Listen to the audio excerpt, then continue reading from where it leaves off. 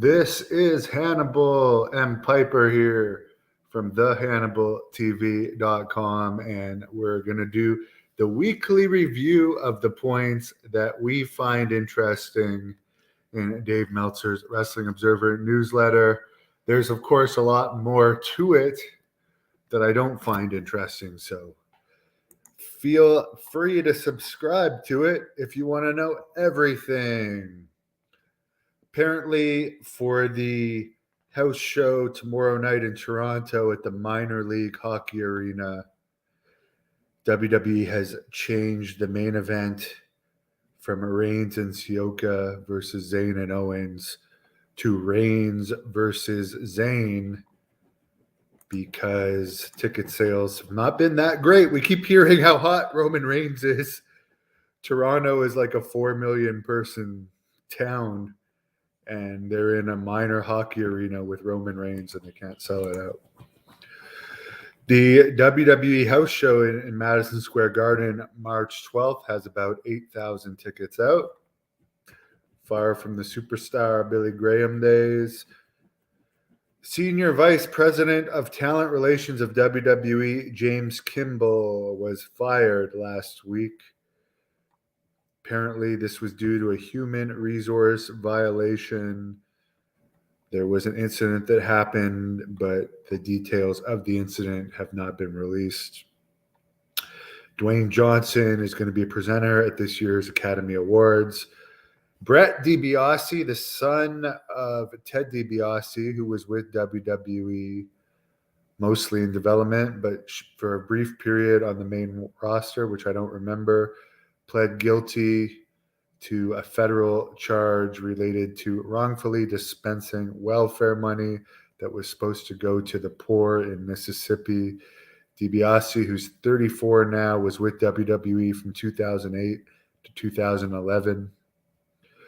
He's facing up to 5 years in federal prison and $250,000 in fines related to conspiracy to defraud the federal government.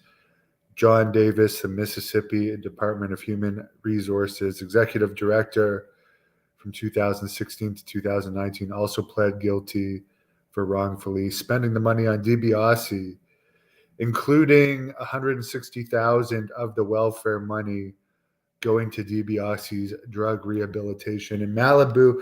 So what I don't understand about that is if he was with WWE, he's entitled to the free drug rehab.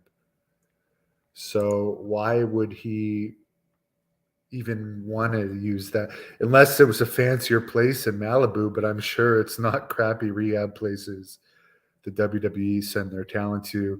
And just to digress for a moment, Jack Kilby's on here commenting that Ken Patera is going to be on the Great North Wrestling podcast this Sunday live at 7 p.m. to talk about his new book written by Kenny Casanova. So looking forward to watching that. Ari Emanuel, who is the head of Endeavor that owns the UFC and was the agent for WWE TV negotiations prior to Nick Khan taking over, said there's no interest in Endeavor purchasing the company on a stock call. So NBC and Endeavor are out from wanting to purchase WWE. It's still looking like Saudi Arabia is the most likely candidate to buy WWE. The Money in the Bank show in London sold out immediately. That's taking place July 1st, which is strange that they're going to a smaller arena that's going to be set up for about 14,000 when they could have easily sold out a big stadium. I don't know really the reasoning behind that.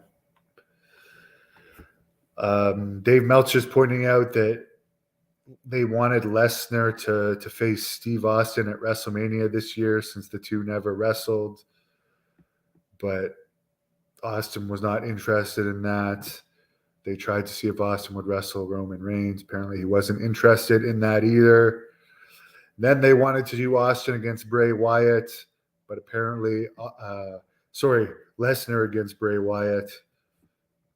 but Lesnar did not want to do that match because apparently believability issues um, with Wyatt's character that Lesnar felt would hurt his real life tough guy image, since there's a lot of magic stuff and weird stuff involved with Wyatt's character, as we saw with. I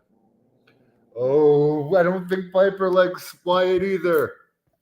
You see how frisky she's getting? But yeah, also I would say Wyatt's not at a big level of popularity these days. His peak was probably for that John Cena match at WrestleMania a few years ago, where they had teleportations used in the match, and was one of the worst matches ever, in my opinion. Just so unbelievable. The Miz is going to be the guest host of WrestleMania, and apparently Snoop Dogg is also on the WrestleMania poster. The other match that's likely going to happen, according to Meltzer, is the Usos against Sami Zayn. Kevin Owens. There's 54,000 tickets out for the first night. WrestleMania, 55,000 for the second night, with about 7,000 comps each night. Sonya Deville was arrested February 19th in Atlantic City, New Jersey, when a hotel valet found that she had a gun in the glove compartment of her vehicle, which she did not have a permit for in New Jersey. Jay White from New Japan, who is another small acrobatic wrestler, is now a free agent, and in all likelihood, he's probably going to go to WWE. Sad news regarding Billy Graham, one of my mentors. Both Graham and Valerie have COVID now. Valerie, of course, is his wife. Graham is still in the hospital, so he can't even see his wife now due to their COVID positive results.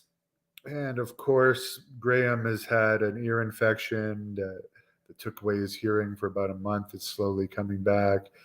He was on kidney dialysis. He's got skin cancer, heart issues, a lot of issues. And he does have a GoFundMe under Billy Graham if you search it up. He posts updates through his webmaster on his Facebook page for anyone that wants to follow Billy Graham on Facebook. Dana White's Power Slap did a 0.09 rating. Dynamite was down to a 0.7 this week from the Cow Palace, had 3,900 paid, which featured a match of Big Cass, who I forget his AEW name, but he's looking great jobbing, to Orange Cassidy. They wonder why their ratings aren't that great. They have a guy like Big Cass, nearly 7 feet tall, looks like $1 million, that has mass appeal, jobbing to a guy the size of a kid, Orange Cassidy, a grade 9 kid, which I admire his kayfabe, but like he just has such a niche appeal. I just don't get it. Other than, of course, Tony Khan booking for what he likes himself, other than what the mainstream would want, but that's fine. He's the billionaire. He can do whatever he wants. Raw did a 0.51 rating from Grand Rapids, Michigan, before 8,000 paid. SmackDown did a 0.62 rating from Evansville, Indiana, where I interviewed Tracy Smothers. It's around a 4-hour interview for anyone that wants to check it out. 7,600 paid, nearly 1,000 comps. Rampage did a 0.11 rating. WWE on A&E Rivals featuring Undertaker versus Mankind did a 0.12 rating. Both Impact and New Japan did not get high enough viewership to rate. New Japan had 41,000 viewers total. Impact had 87,000 viewers total. Mark Henry, who Ahmed Johnson does not like, according to a great shoot interview Ahmed Johnson did on this channel yesterday. said he recommends that AEW brings CM Punk back. Why not? They're paying him $3 million a year. Chris Jericho told the Daily Star he expects to end his career in AEW. Rebel is no longer being used on TV by AEW. Add her to the list of people not being used but probably being paid by AEW. Miro, it's come out that he still has 3 or 4 years left on his AEW contract. He hasn't wrestled for them in months, but remains paid. Great place to work, honestly, if you want to get paid for doing nothing. It's unknown if Jeff Hardy's going to be brought back to AEW. Apparently, he's still under contract. Tony Khan did a media call yesterday where he did not indicate whether a new TV deal has been picked up or not. He talked about wanting to run house shows. I still don't get why they do more often than not these combined tapings of Rampage and Dynamite that are like 5 or 6 hours, yet they want to do house shows rather than split up the tapings and do more tapings. To me, I don't get it. Why not? You turn more people off with 5 hours tapings than like them. And you can see it by the crowds going down. Like usually for AEW, they do well the first time going into a city, then it goes down every other time they come, with some rare exceptions. And probably a lot of that has to do with the shows are way too long. So why add house shows and keep the TV taping so long? I just don't get it. Why not try and have separate tapings to Thunder and or to Rampage and Dynamite every week? Fuego del Sol, who there's an interview with on this channel, dislocated his right foot, displaced ligaments, and fractured his foot on an indie show last week and is going to be out for a while. Vicky Guerrero, whose AEW contract runs out in August, hasn't been used on TV in a long time, says she's expecting to leave when her contract expires this summer. The Iron Claw Von Erich movie has finished filming. I'm really looking forward to seeing that one.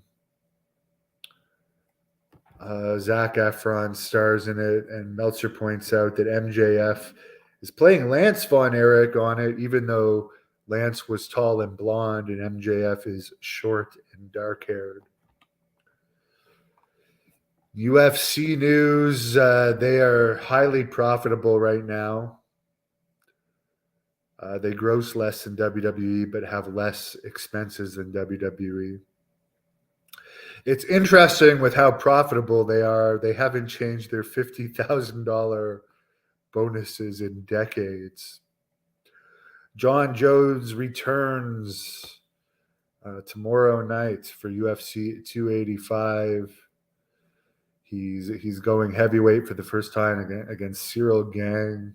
He's a 26-1 favorite. Or sorry, his record is 26-1. But he is a favorite. He only ever lost one fight by DQ to Matt Hamill. I would expect John Jones to win that one. Dana White says there's going to be a season 2 and 3 coming of Power Slap. Jake Paul lost his fight February 26th in Saudi Arabia to the half-brother of Tyson Fury, Tommy Fury. So that's it for the Wrestling Observer. Ivan says watching Beavis and Butthead is more exciting than watching AEW. I have to admit, I was never a fan of Beavis and Butthead. AEW, it was on when I was in the gym. And since I started a feud with Big Cass a few years ago, that never happened due to Teddy Long being a dickhead. The match never happened. It was supposed to be Big Cass with Melina managing him against me with Selena De La Renta managing me as Blood Hunter, and there was going to be mixed tags and stuff. But Teddy Long fired me from SWE Fury before that can happen, and then the company went out of business very shortly after. So smart move, Teddy. You killed all the momentum of the company. But anyways, because I knew Cass, I was watching his match with Orange Cassidy, and I was just so disappointed to see the finish. Oh, yeah. So tune in Sunday for Ken Patira's interview. Thank you, Robert from Kentucky. I've been to Kentucky a few times. I'm glad you like my podcast. By the way, that Chad Witz guy who trained in Kentucky for OVW ended up being a complete flake. So I can see why he was hated backstage at WWE. You can honestly see, like when I interviewed Kurt Angle, he was there at the exact time he was supposed to do the interview. And like some of the more famous guys are the most reliable, and it's like the unreliable people that don't do well in WWE. There's a correlation there. Someone says, "Hello, Piper." Mick, it's Bo Dallas, who's Uncle Howdy, apparently. Someone had a good comment. Triple H brings back irrelevant people that weren't over before WWE, did nothing since getting fired, and then bring them back. I guess Uncle Howdy is probably the most over of the people being brought back, but he's brought back so many people from NXT that were fairly relevant. There's one guy he brought back that actually worked hard in between. His name slips me now. What the fuck is his name? He's Australian, and he was in a New Japan in between. Chubby guy, but strong looking. Anyways, he's a good guy. He's the guy I think is probably the best guy Triple H brought back after being fired. Someone's going to write his name in the comments, but other than that, there's been a lot of people that have done nothing, like that Top Dollar guy. Top Dollar, by the way, appeared on this channel and had like 2,000 hits on an interview. And then didn't wrestle at all, to my knowledge, in between being fired, and was brought back. Teddy Long was best as a referee. Big Cass looks like a giant edge. Ivan, nothing on the WWE Hall of Fame yet. I don't know who Gordon Ryan is, Pulsar Lights. I'm sorry. Yes, Bronson Reed. Bronson Reed. He is the best guy that Triple H brought back, because he actually did stuff when he was not fired, or during the period of time he was fired. He actually got more popular, unlike a lot of these guys that are being brought back that have done nothing. Drew McIntyre looks like a giant Brian Kendrick. That's funny. By the way, Sonny Ono pointed out to me that Sheamus and Drew McIntyre recently brought him up in a video. So that's pretty cool. Sonny Ono has done a few podcasts on this channel. A great guy. So I wish everyone a great weekend. And I actually hope John Jones wins tomorrow night in UFC. That's the thing I'm biggest looking forward to on the weekend. Although I don't feel like paying to watch it. I'll follow it though closely. Have a great weekend, everybody. Thank you for watching the Hannibal TV.